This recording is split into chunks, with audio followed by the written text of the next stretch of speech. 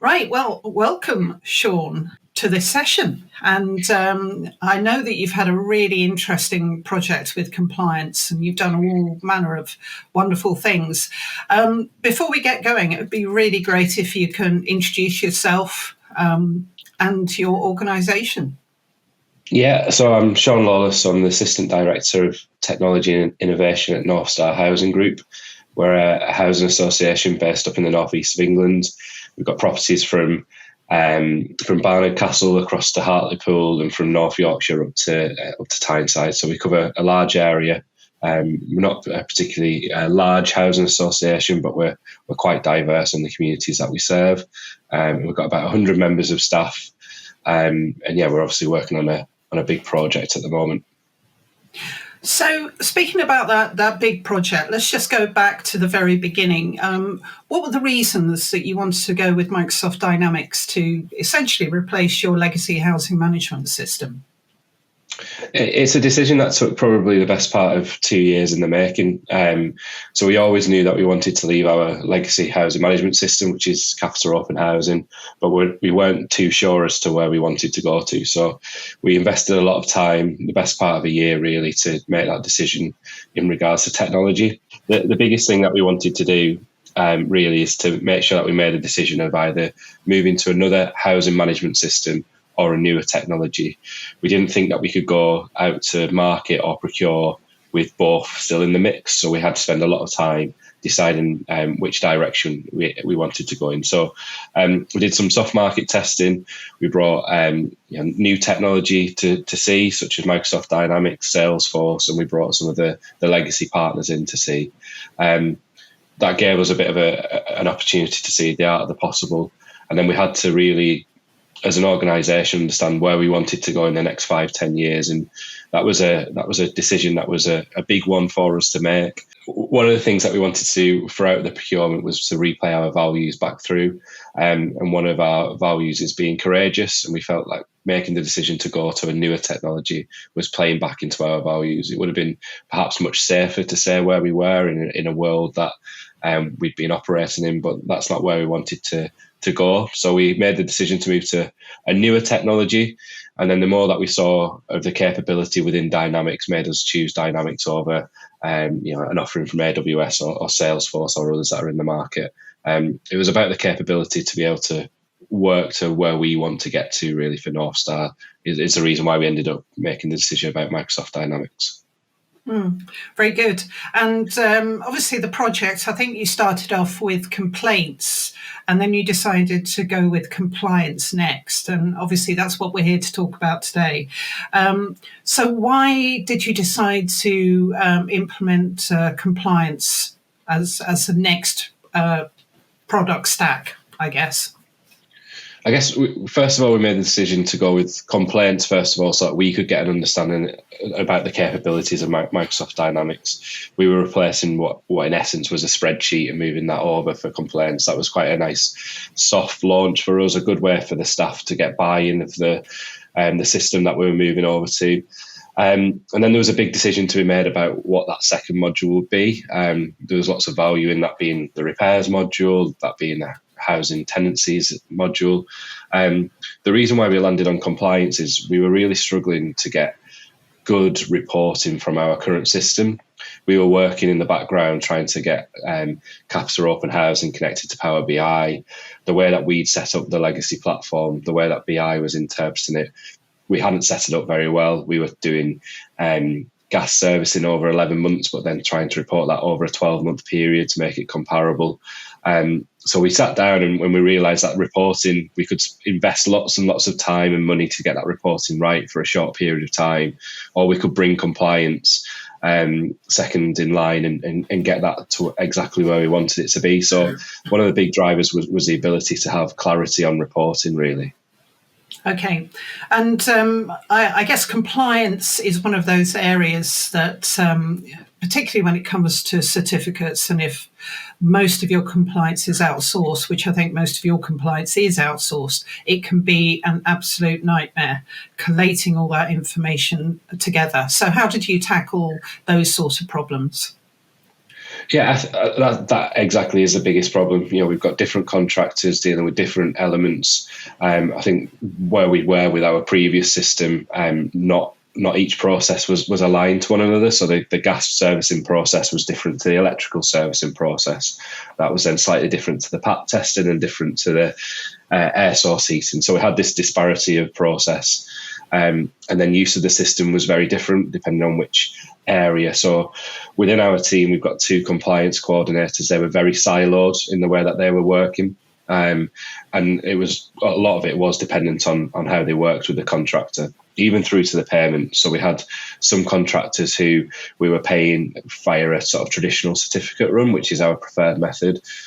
But even recently, when we've just in the past 2 years taken on a new fire servicing contractor, the complexity of getting them over onto a certificate run payment system in open housing was too complex for us, and we were just paying them over a 12th, which then has added repercussions really of then the management of that. So the actual management of the contractors has massively improved from moving over to the system, and we can talk about that. But I think where we were at was a lot of extra time was being invested into what was probably quite basic contract management had actually become quite complex because of the systems and the way that we'd set ourselves up to work. So with the 2 people that were working on compliance, did you have any kind of issues with user adoption or anything like that as part of the implementation? I think whenever you bring in a change process in, there's always going to be a bit of friction about what that change exactly is going to be. I think the biggest thing that Northstar's always been very good at doing is reassuring people about the jobs. And I think that's ultimately what a lot of friction around change can come down is about that security of job and role. And we've been very open that this process that we're going through, which is ultimately replacing our core system, will not displace any person's jobs. We're not going to replacing people with systems. It's about working and getting better systems to enhance those roles and start focusing on value added areas for the business. So I think the compliance module, there was real nervousness, particularly in the compliance team. This has been a process that for people that have been here for a long period of time, they know exactly what they're doing. They know on 11 o'clock on a Tuesday what they do, and they know at 10 o'clock on a Thursday what they do. And they've had that process for a long period of time. So actually changing that, it causes a lot of nervousness. But I think what we've managed to do through the process is show the value added benefits of what the new system has done to their role and will do moving forwards. So streamlining the processes so they've got more time to actually focus on the areas where we're not focusing on all of the gas certificates or all the electric certificates. We're focusing on the ones where there are issues. So it's taken a period of time, I think, to understand the system. But once you get that buy-in, it's been absolutely great for the team, and they're probably our big advocates for the new system.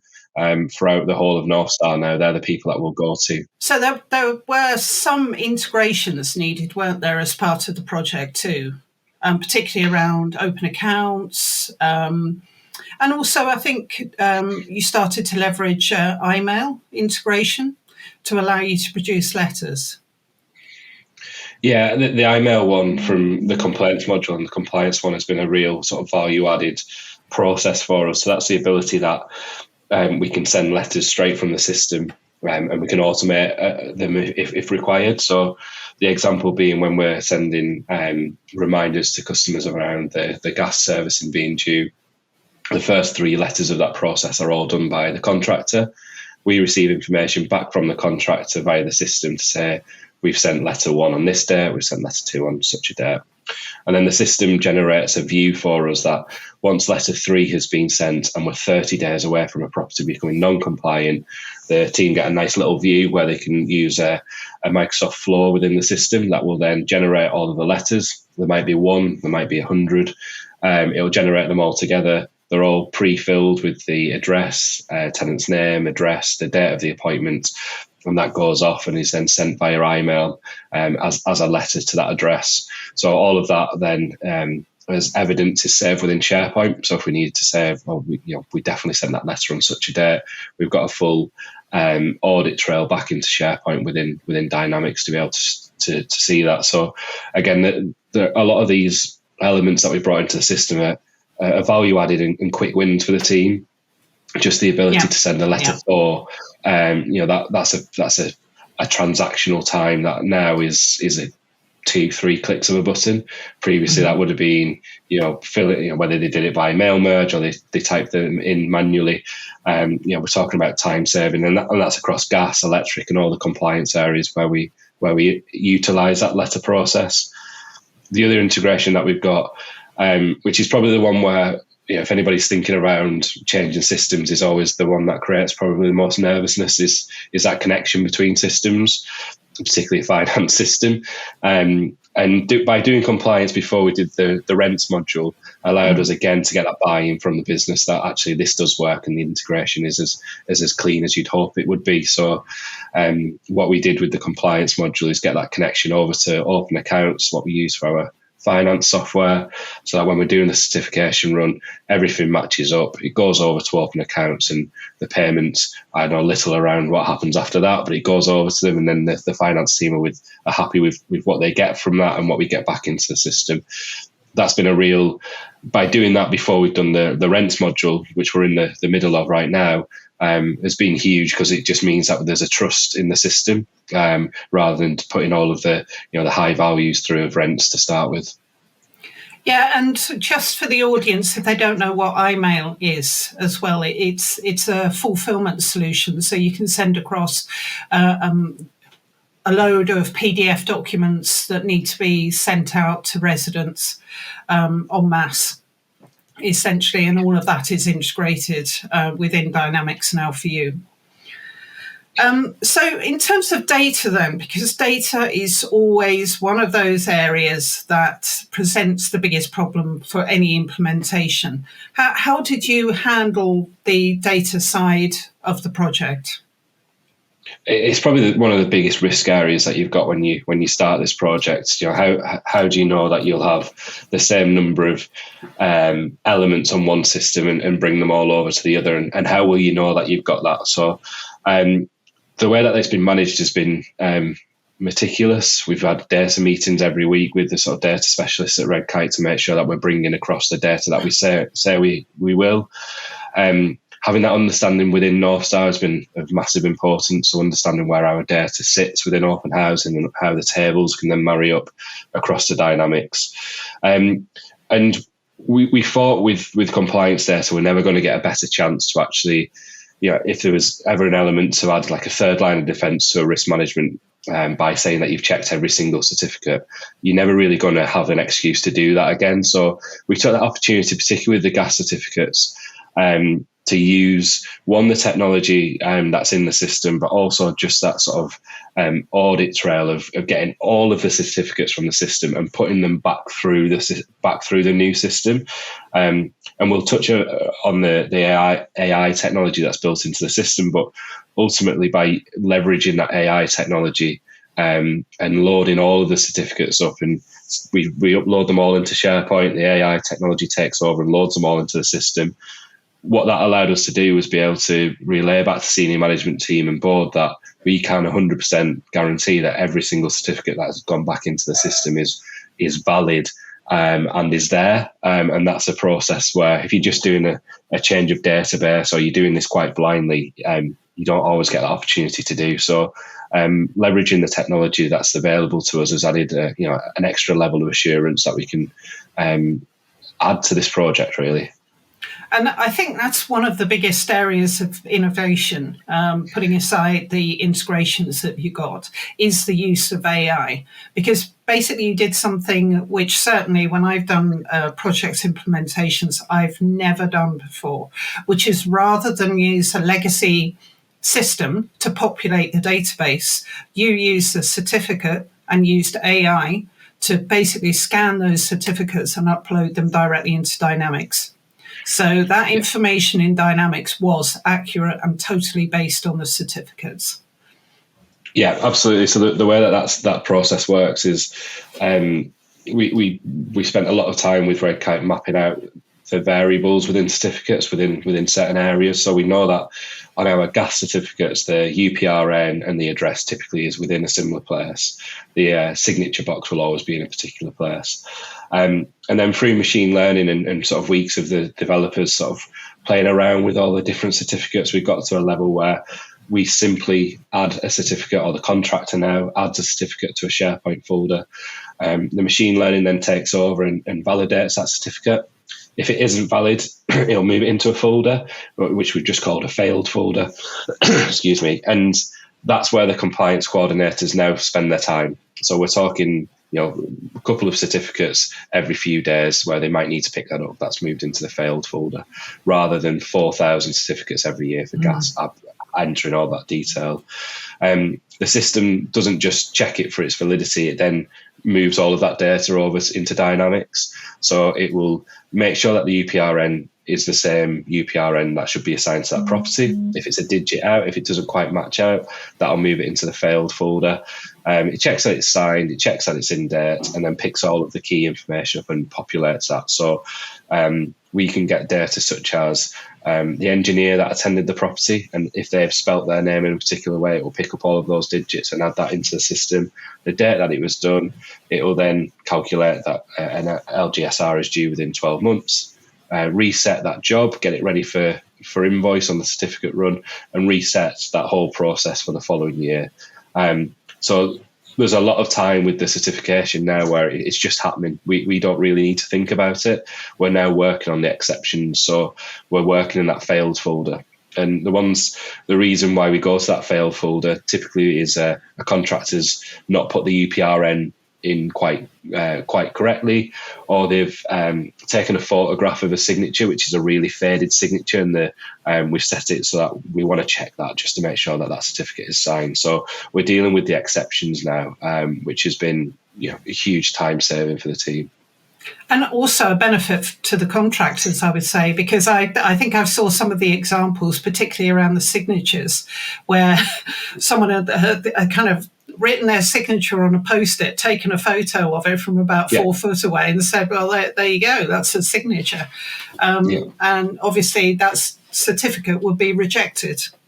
So you can then feed that back to the contractor, which before, I guess, would have been a very laborious task, going through all of those certificates and picking out the ones you needed to do that for. Yeah, I think it's a really good example of where AI is such a big topic at the moment and probably isn't that well understood. But this is a really good example of where AI is picking up quite a laborious manual task and assisting us. And it's not at those levels where when you think of AI, you probably think big picture, and this is actually quite micro. It's quite niche, but it's assisting the team massively. Dealing with 4,000 gas certificates a year for one individual, and that's what it was within the team. That's a lot. That's a lot of assurance checking that's laid on that one person as well. So that the risk management profile has completely changed as far as compliance certificates are concerned. Yeah, and of course, I think it kind of moved on a bit further, didn't it? Because some of the certificates came back with observations on them as well. And AI was able to pick out those observations and log those in Dynamics too. Yeah, so fire risk assessments and electric certificates are probably the two examples that we've got live in the system at the moment. So when an EICR comes back and it says we recommend that X, Y, and Z is done, we're now logging those as recommendations on that job, so that the compliance team are going in to say, yeah, that's a valid certificate, but we need to do these jobs. And it's also able to pick out the urgency of those jobs as well. So, if it's registered as a C1 or a P1, whatever the terminology is, depending on the sort of the trade that you're dealing with, the team have now got a sort of a checklist to work through. That's probably had the biggest impact with fire risk assessments. We were dealing with those on a spreadsheet, so we were adding the fire risk assessments to open housing, we were adding the recommendations to a spreadsheet, and then we were adding the jobs from the recommendations back into open housing. So the management of that can be quite difficult. You're opening lots of different systems, and there's a lot of, again, reliance on a person to keep that up to date. Whereas now, whatever comes from the certificate is there in the system. And then, as we build into the repairs module, they can then be converted into jobs for the contractors to then go out. which will be based on the urgency that comes from those recommendations as well. And you are actually using some of our repairs module at the moment to log all of that information with a view to then being able to take on the rest of that repairs module. And I think, is that your next phase after you've done the rent accounting to move on to repairs? Yeah, repairs and voids is the next sort of area for us and the big area. And again, I think doing compliance ahead of repairs and voids has given us a good insight into just new terminology that as an organisation we need to get used to. And it's very basic terminology, but trying to get the teams familiar with work orders, building up jobs. That's not something that we operate with. We deal with multiple different jobs, which may build up a larger job within a property. So actually spending this time now with those teams to sort of get used to the terminology, see the systems in what feels a bit like a soft launch within the compliance module has been really useful. There's a crossover between our compliance team and our property services team who deal with day-to-day repairs. And that's generated a bit of excitement because of the enhancements that have come from particularly the AI technology that we're using. It's allowed us to sort of get that excitement. And, I think if we could start the repairs and voids module today, a lot of people in the organisation would do that because they want to bring it in because they've seen just the time savings that we've made through the compliance and housing modules so far. And in terms of time saving then, if we touch on the return on investment for this compliance implementation and also complaints as well, do you have any tangible figures that you can share with us? Yeah, we coincided the start of the compliance module with a bit of a review with the compliance team just to understand what work they're currently doing, how long that takes. And that's been a really good piece of work, I think, to run alongside that. And we'll do the same with the repairs and voids teams as well, just so that we can actually quantify that at the end of the module to say, this is what we believe we've saved. And by looking at the time assigned, we had two coordinators working 5 days a week. So we had 10 days a week, as strange as that sounds. We had 10 days a week as a metric that we're working on. And we believe that we've saved 2 to 3 days a week out of those 10 now, just through moving to the system that we've got currently. I think that's probably greater than what it is as we get used to the system and people navigate around it and they create the views that they want to see and they create the reports that they want to see. That number's only going to increase rather than decrease. I think the biggest thing that it's had as much as sort of time saving and efficiency back into the business is it's allowed us to now focus on areas that have always been on the wish list for the compliance team to sort of really get to grips with. I use this as a reference point, but Northstar we own a forest as part of an estate. So a tree management plan has always been there and, it's always been outsourced, but we're bringing that in-house now. So a lot of those nice to haves that we should be doing and we've always had to outsource, and we can now bring them back in-house because we've got that sort of freed up capacity to be able to do so. So is that going to be another compliance area then, tree management? Trees. Yeah, you might need to think about how we manage trees within the system. Maybe some AI scanning to tell you how old the tree is or something like that. But maybe what type of tree it is. Yeah. Yeah, but yeah, it's opened up those possibilities. It's referred to in that team as the sort of the bucket of things that they need to do.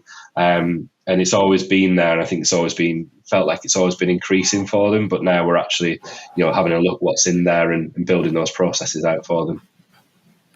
Very good. Now, you did actually mention views and people building their own views, but one of the aims of this project was really to provide better metrics from reports, dashboards, views, etc.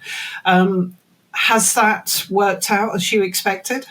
Yeah. So one of the biggest aspects, I think, with reporting is getting used to how views work within Microsoft Dynamics. So in our last health and safety steering group, which was the first one since going live with this module, we simply used the views screen as our sort of compliance check. So we were able to walk the rest of the steering group through EICRs, for example. So selecting the EICR view, tells you the total amount of properties that need one. And again, generating an insight report from Capital Open Housing just to get that number is, 6-7 minutes saved even by just glancing down at a number. And then we've got the compliance status filtered, so we can see anything that are not compliant. We've got a nice little sub-status to say why they're not compliant, which might be tenant access issues, it's a void property. So just having that as a glance in its first iteration has been, such a big step forwards. The next step, which we're working through at the moment, and we've successfully done this with complaints, is then connecting that data over to Power BI. So our data team are now working to get that data out and to generate an up-to-date Power BI dashboard, which will then be used with the steering group. We've done that massively successfully with complaints, so that we've now got a complaints dashboard that tells you to the day how many complaints we've had, how many service requests we've had, who they were logged against. That's always been a manual process done after the event. So we've proven that concept with complaints, and now we're currently working through the Power BI dashboard for compliance. Impressive stuff.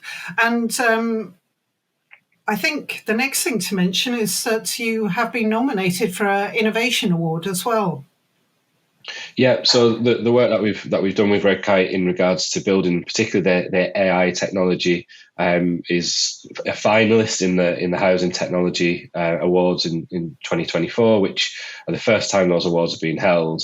I think the biggest thing that I take from being a finalist in that is the people that are listed as commended and not made it into the final. There's some really big names in there, so little old Northstar and the work that we've been doing with Red Kite is in the top 5 finalists, and we're again the housing associations that are the other 4 are pretty big as well. So our neighbours 13 around the corner are one of the finalists as well. So it feels like it is very innovative. I think, like I mentioned earlier, the fact that we're using AI feels a significant step, but we use it in a really practical way, which is benefiting our customers and ultimately, giving our staff more time back to spend with the most vulnerable in our communities, which is always the aim when we bring technology in. Yeah, for sure. And you're also going to be attending Housing Technology as well, where you're going to be talking about this project. Yeah, so I'll be speaking on the final day. I think I like to view myself as the headliner or the second headliner on the last day, and talking about this and showing some live examples as well, so we can walk through the sort of the screen as to where we're at currently with our compliance and. Just showing, it always feels magic to me when I sort of show people for the first time, when you drop the certificates into the SharePoint folder and then they disappear. There is an element of magic to that, and that all of that data then is available within the system. So yeah, I'll be at the conference showcasing that, speaking around that, and hopefully getting more people aligned to what is a process that we all have to do, but it can be hugely simplified by using this type of technology. And also for the audience, the Housing Technology show is beginning of March, isn't it? I think it's 6 to 8 of March, I think, yeah. Yeah, I think so. Yes, it is, 6 to 8. So, no, that's wonderful, Sean. Thank you very much indeed. It's a tremendous project, really gives benefits to Northstar and leverages those 2 letters we keep hearing. I certainly do, and think, what does it actually mean? AI. So well done to your team. Sarah.